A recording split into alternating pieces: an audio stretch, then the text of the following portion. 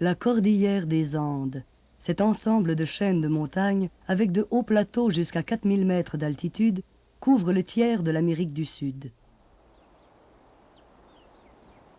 Ce pays isolé et majestueux était sous la domination des Incas avant la conquête espagnole.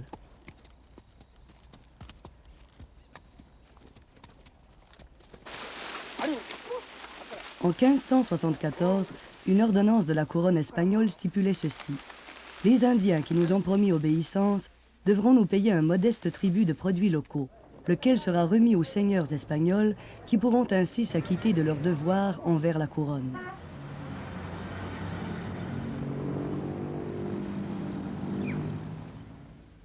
Les domaines des seigneurs espagnols sont devenus les haciendas d'aujourd'hui, ces immenses ranchs autosuffisants qui exercent souvent les pouvoirs économiques et sociaux d'un État indépendant.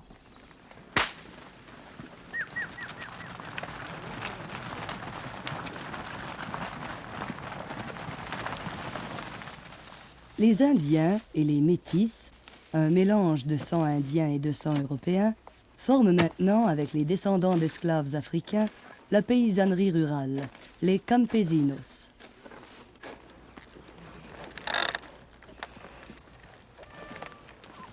Vivant en marge de l'histoire générale de l'Amérique du Sud, ils utilisent les mêmes méthodes agricoles des siècles passés. La vie est dure et plusieurs l'abandonnent pour s'en aller à la ville, ou restent et deviennent des ouvriers agricoles sans terre.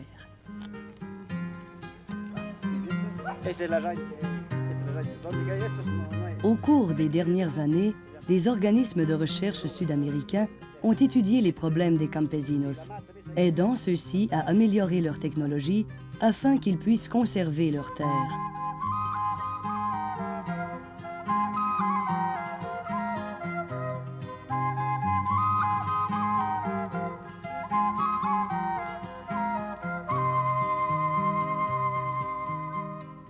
De telles enquêtes sur la technologie rurale ont lieu en Colombie, en Équateur, au Pérou, au Chili et, en contrebas, au Paraguay.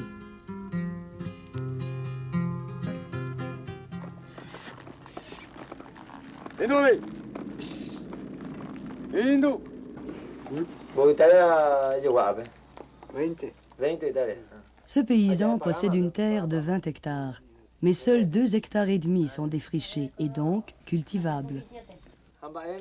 Il ne peut trouver le crédit pour accroître sa production et sera bientôt forcé de vendre. Ce cas n'est qu'un exemple parmi plusieurs chez les petits cultivateurs du Paraguay.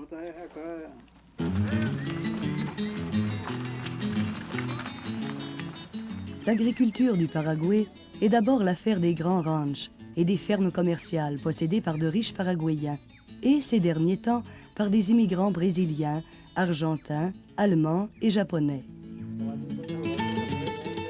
Par contre, la majorité de la population rurale vit sur de petites exploitations familiales qui dépassent rarement les 5 ou 10 hectares. Mais le gouvernement aide très peu ces paysans. Leur productivité est basse. La production mécanisée sur une grande échelle les empêche de soutenir la concurrence sur leur propre marché.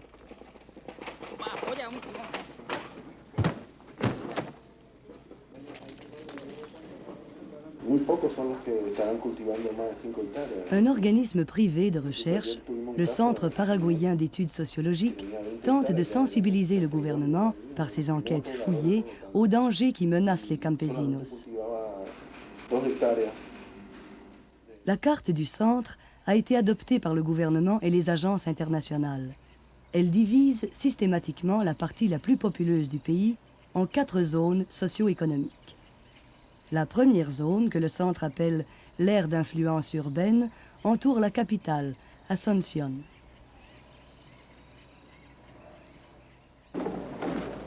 Ici, pour vivre, on fabrique des biens dont les citadins ont besoin.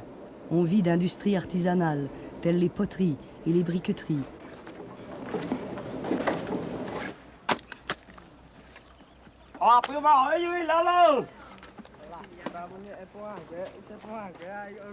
Dans cette zone surpeuplée, le peu d'agriculture qui se fait est surtout consacré à la culture de rente. dont celle des tomates de conserve.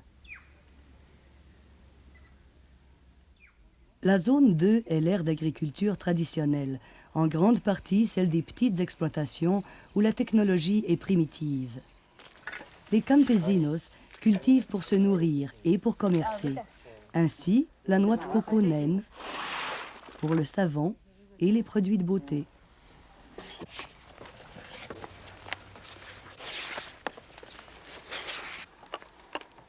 Quand la terre s'appauvrit, ou n'est plus que la parcelle trop petite d'une terre subdivisée pour les enfants, les plus jeunes doivent chercher un travail à la ville, ou en Argentine, ou s'installer sur une nouvelle terre.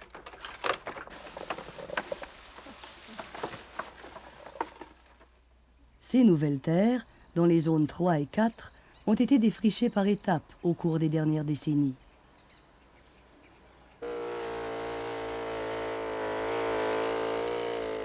En général, le colon déboise et exploite sa terre seul.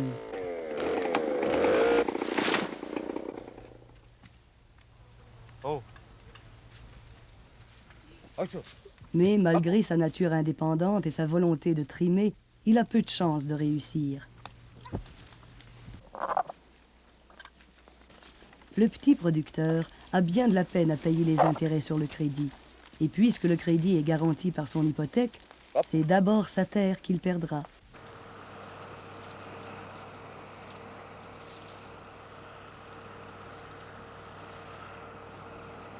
C'est très souvent le voisin, plus gros et mieux outillé, qui profite de la faillite et met la main sur toutes les terres, même semi-défrichées, augmentant ainsi sa propre production.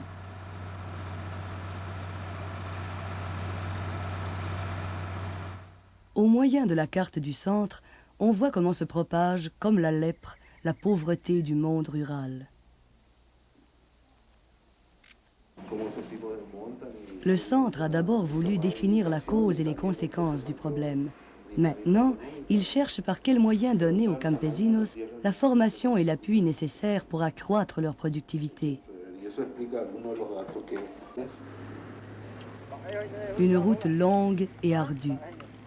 Sinon, c'est la mort lente des petites exploitations agricoles et en même temps, celle de l'autonomie agricole du pays.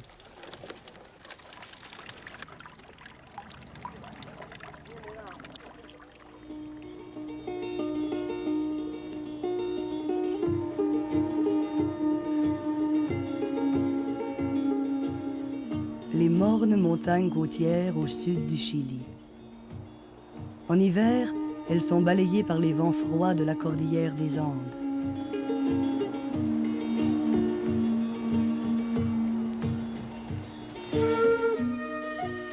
Il est impensable qu'on puisse vivre ici, mais c'est le pays des Indiens Mapuche, depuis au moins 1000 ans. C'est ce peuple frustre qui a arrêté l'avance des Incas et des Espagnols vers le sud. Ils ont aussi résisté à la modernisation, croyant qu'il s'agissait d'une nouvelle menace.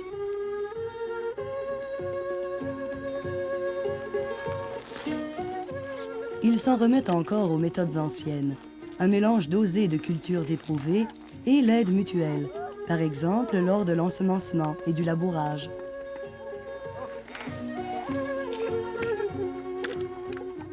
Tenter de comprendre les méthodes de culture des campesinos chiliens et, espère-t-on, concevoir une technologie qui leur rendra service, voilà le travail du groupe de recherche en agriculture de Santiago, le HIA.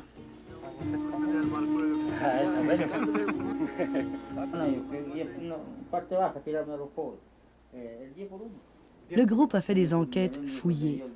Il a montré comment l'abandon du programme de redistribution des terres en 1973 a mis les campesinos à la merci des forces économiques, rendant toute concurrence difficile pour eux. Leurs propriétés sont petites. Leurs technologies sont réduites. Les conditions de crédit qu'on leur fait sont ruineuses.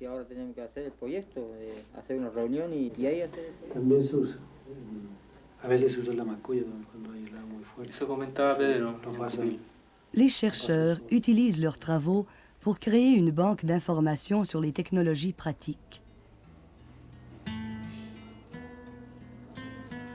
Il dirige une ferme expérimentale près de Santiago, où de modestes essais en technologie ont lieu continuellement. Il serait bien d'avoir un tracteur, mais c'est cher. Une niveleuse tirée par un cheval, c'est peut-être la solution. Une méthode simple et bon marché pour presser le fourrage.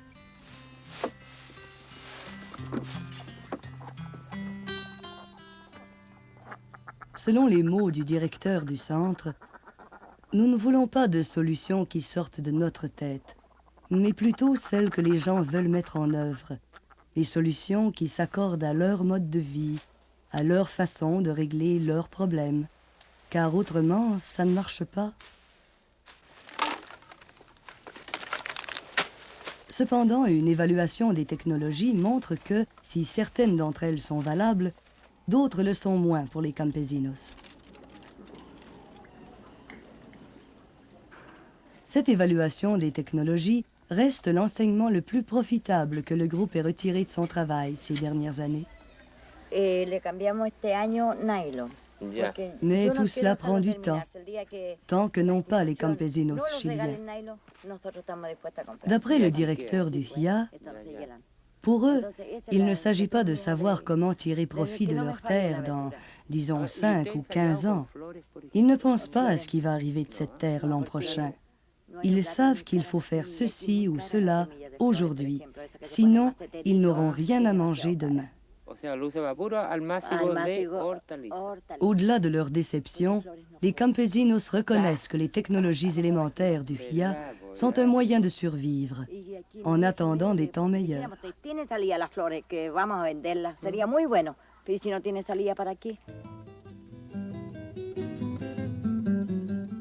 En Colombie, les Andes se divisent en 3 chaînes de montagnes, dont 2 enserrent la vallée fertile du Cauca.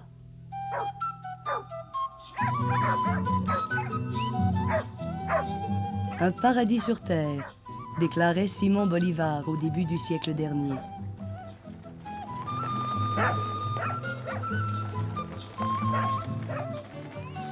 Aujourd'hui, la plupart des habitants de la vallée subsistent en exploitant des terres d'environ 2 ou 3 hectares. La grande majorité sont des descendants hispanophones d'esclaves africains, amenés au XVIIIe siècle pour travailler dans les mines et les plantations. Beaucoup ont dû abandonner leurs terres et travailler à la sucrerie pour un salaire peu élevé. Mais même cette source de revenus disparaît graduellement avec la mécanisation industrielle. Quand les meilleures terres sont ainsi accaparées par les sucreries, c'est que l'histoire sud-américaine va se répéter. La migration des pauvres vers les villes.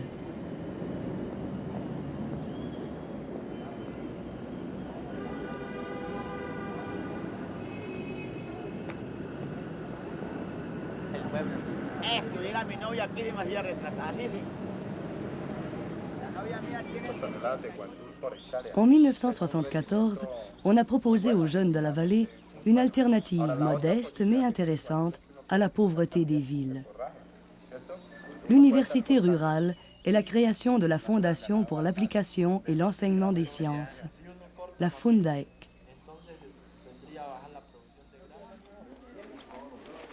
L'université choisit des candidats dans la région et en fait des animateurs, des techniciens et des ingénieurs en bien-être rural.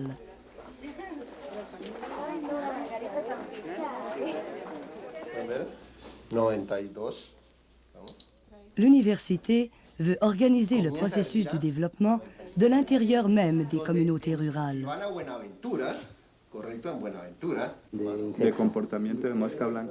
Pour ce faire, des gens de la place sont formés pour être des ponts entre la technologie d'aujourd'hui et la technologie traditionnelle des campesinos.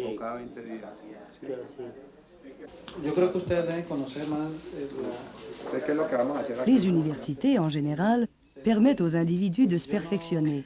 Celle-ci permet à toute la communauté de le faire.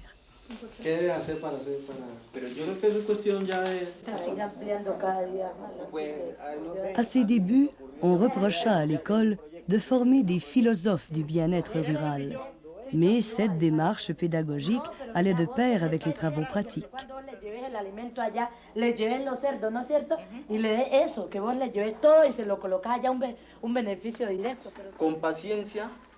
L'université évalue constamment les résultats de son travail. Elle souhaite qu'un jour, ses méthodes et sa philosophie seront des composantes de l'éducation en Colombie.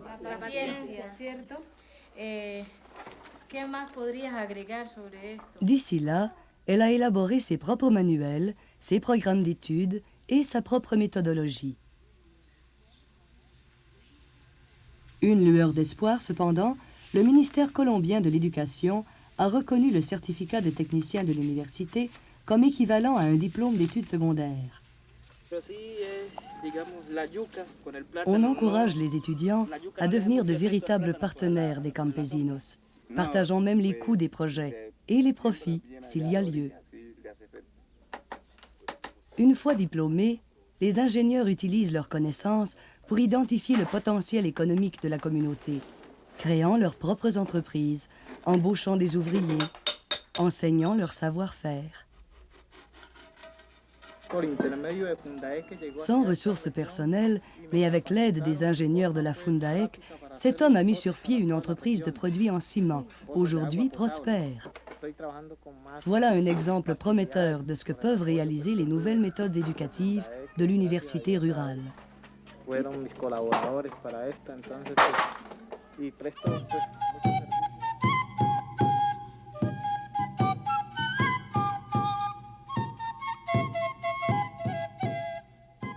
Les hautes sierras du Pérou et de l'Équateur, au cœur de l'ancienne civilisation des Incas.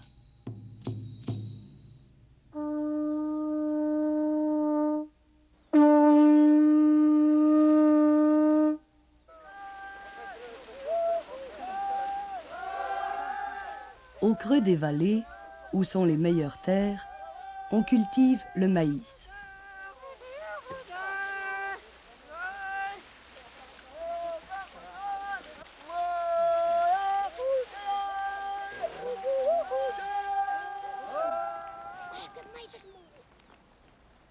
Les hauts plateaux servent de pâture.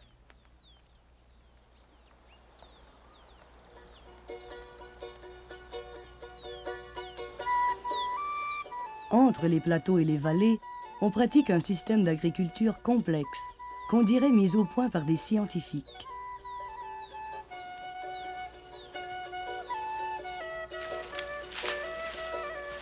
Dans leurs petites parcelles dispersées sur le flanc de la montagne, les familles associent diverses cultures, mais pas au hasard. Au fil des générations, elles ont appris quelles cultures associer pour fertiliser le sol et assurer une bonne alimentation. Grains, fruits, légumes, tubercules, ces gens ont domestiqué plus de 60 cultures. Les pommes de terre et le maïs ont été adaptés à plusieurs régions du monde. D'autres cultures, telles que la quinoa, ne se retrouvent presque pas hors des Andes. Considérées comme de vulgaires nourritures indiennes, plusieurs cultures risquent de disparaître avec la mort des plus vieux.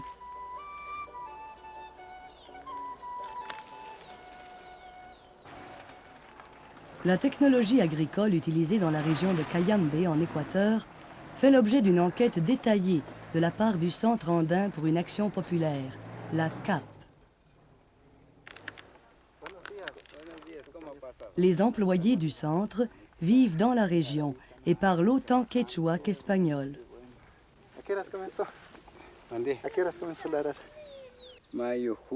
Malgré tout, il faut du temps pour gagner la confiance.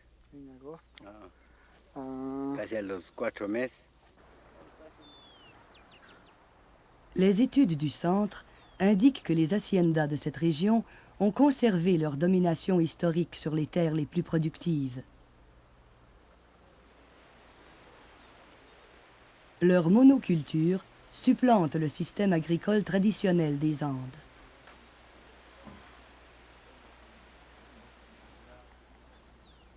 Durant les années 60, plusieurs haciendas se sont lancées dans la production laitière. Une industrie multinationale d'aliments pour bébés a créé un marché d'exportation.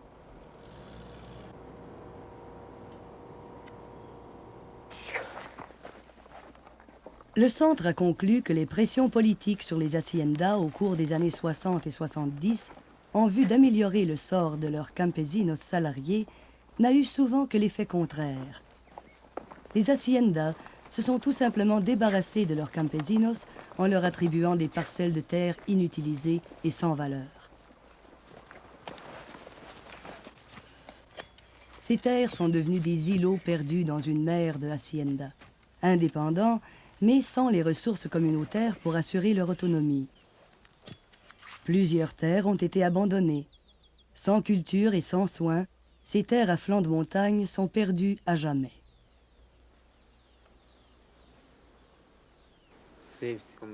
Pour tenter de trouver une solution à ces problèmes, le personnel de terrain de la CAP a entrepris une enquête en profondeur. Il était nécessaire de mieux comprendre les échanges socio-économiques dans la communauté.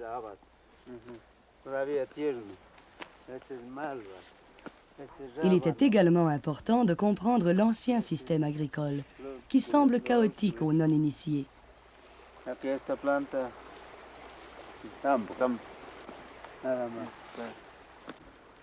Mais ici, tout a une fonction. Telle plante améliore la fertilité du sol. D'autres chassent les insectes. D'autres, enfin, sont médicinales. On encourage le campesino à semer de nouvelles cultures et à utiliser de nouvelles méthodes, mais sur une petite échelle. Si l'expérience rate, les pertes seront limitées. Si elle réussit, il pourra l'intégrer à son système, comme il l'a fait il y a 400 ans, lorsque les Espagnols ont apporté le blé, l'orge et le haricot.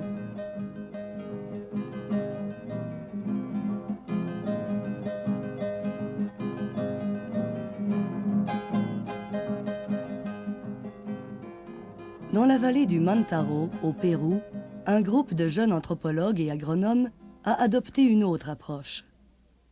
Le groupe Talpuy publie un magazine, Minca, ce qui signifie la voie de la coopération, sur la vie andine et sa technologie.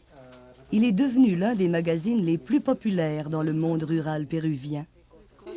Selon un membre du groupe, nous tentons de créer un mouvement populaire des paysans et des collectivités pour défendre leur culture et leur technologie, pour qu'ils soient plus autonomes, mais en y intégrant en même temps des renseignements qui leur soient utiles. Et de poursuivre un autre membre, quand ce magazine a été lancé, nous avions une définition très conservatrice de la technologie. Nous pensions qu'il s'agissait de recettes que nous devions fournir aux paysans. Ainsi, par exemple, dans ce premier numéro, 5 recettes différentes en une seule page. Elles sont incompréhensibles. Les lecteurs n'ont pas davantage compris les bandes dessinées fragmentaires, ni leurs caricatures de paysans, ni les dessins techniques de maisons qui ne ressemblaient guère aux habitations qu'ils connaissaient. Des plans où les chambres et les salles de bain avaient la priorité sur les cuisines n'avaient pas beaucoup de sens. Où était donc rendu le balcon pour le rangement des outils et les travaux domestiques?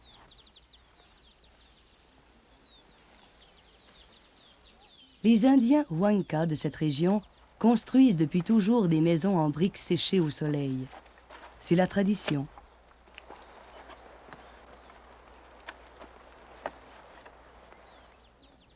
Ils ont une autre tradition, celle de raconter leurs coutumes sur des gourdes ciselées. Quand les éditeurs de Minca, suite à l'évaluation des premiers numéros, ont commencé à s'inspirer des œuvres locales, la communication s'est améliorée.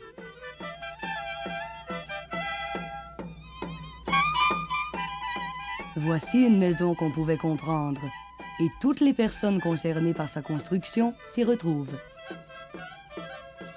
Selon un membre du groupe, il n'est pas nécessaire que les dessins soient simples et réalistes. Ils doivent représenter des choses que les paysans peuvent lire. Au lieu de considérer le dessin comme un complément du texte, le dessin se suffit à lui-même.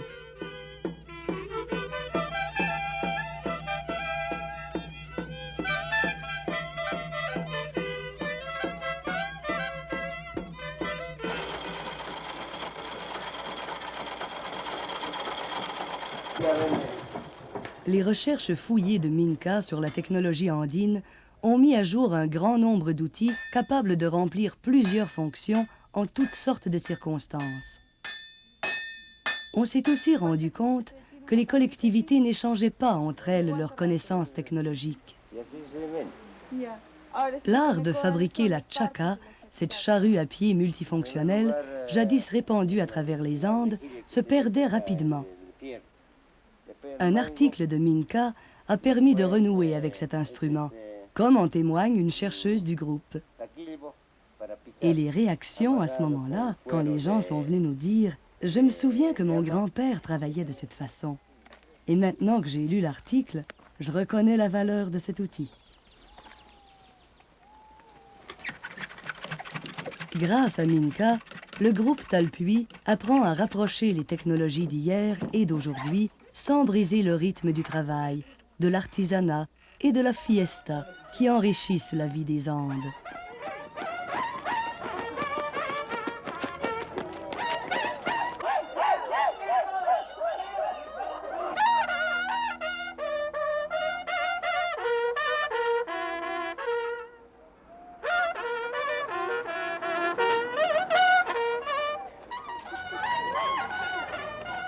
¿Dónde guarda la leña?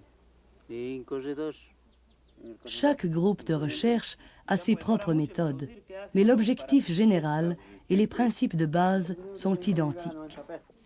Les chercheurs se mêlent aux populations, au lieu de se retirer dans leurs bureaux. Ils mettent de côté les idées préconçues. Les pauvres du monde rural sont des gens qu'ils côtoient, non des statistiques. Ils n'offrent aucune recette, ni de solution miracle. Après tout, les problèmes sont là depuis des siècles. Pendant des années, ces groupes ont travaillé séparément, se connaissant à peine. Récemment, ils ont formé un réseau pour partager leurs informations et leurs expériences. Ils lancent une invitation. Leur réseau est ouvert.